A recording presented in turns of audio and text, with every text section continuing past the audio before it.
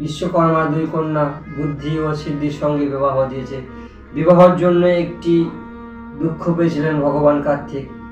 তিনি এই পৃথিবীকে পরিক্রমা করতে গিয়েছিলেন। এদিকে বুদ্ধি করে ভগবান গণেশ মাতা পিতাকে করেছেন, প্রদক্ষিণা করেছেন, পূজা করেছেন, দিয়ে প্রসন্ন করে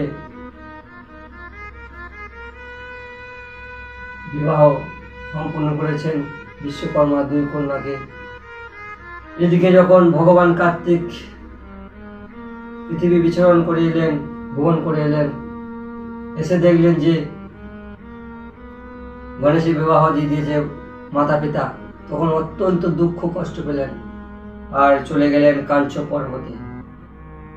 ভগবান কার্তিক কাঞ্চ পর্বতে চলে গেলেন দুঃখিত হয়ে। এটি স্বাভাবিক কথা। 4টি পুত্র হোক, 2টি পুত্র হোক, যদি ভালোবাসা কম বেশি হয় তাহলে সেই পুত্র বুঝতে পারবে যে মাতা পিতা আমাকে একটু আদর সৎকার কম করছে, সে মনে মনে দুঃখিত হবে, প্রকাশ না করতে পারলেন। তাই দুঃখিত হলেন ভগবান কার্তিক আর চলে গেলেন কাঞ্চ পর্বতে, আর সেখানেই তিনি বিরাজমান হলেন।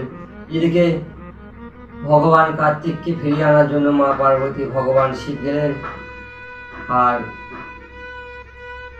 অনেক বিনোদন করলেন যে কার্তিক তুমি ফিরে চলো, কিন্তু ভগবান কার্তিক ফিরে এলেন না। ভগবান কার্তিক দুঃখিত হয়ে সেখানেই রইলেন। আর এদিকে মা পার্বতী ও ভগবান শিব কিছু দূরে, কাঞ্চ পর্বতে থেকে কিছু দূরে, সেখানে জ্যোতির্লিঙ্গ রূপে বর্ণিত হয়ে সেখানেই রয়ে গেলেন, যার নাম মল্লিকা অর্জুন। আর সেই মল্লিকা অর্জুন জ্যোতির্লিঙ্গকে দর্শন করলে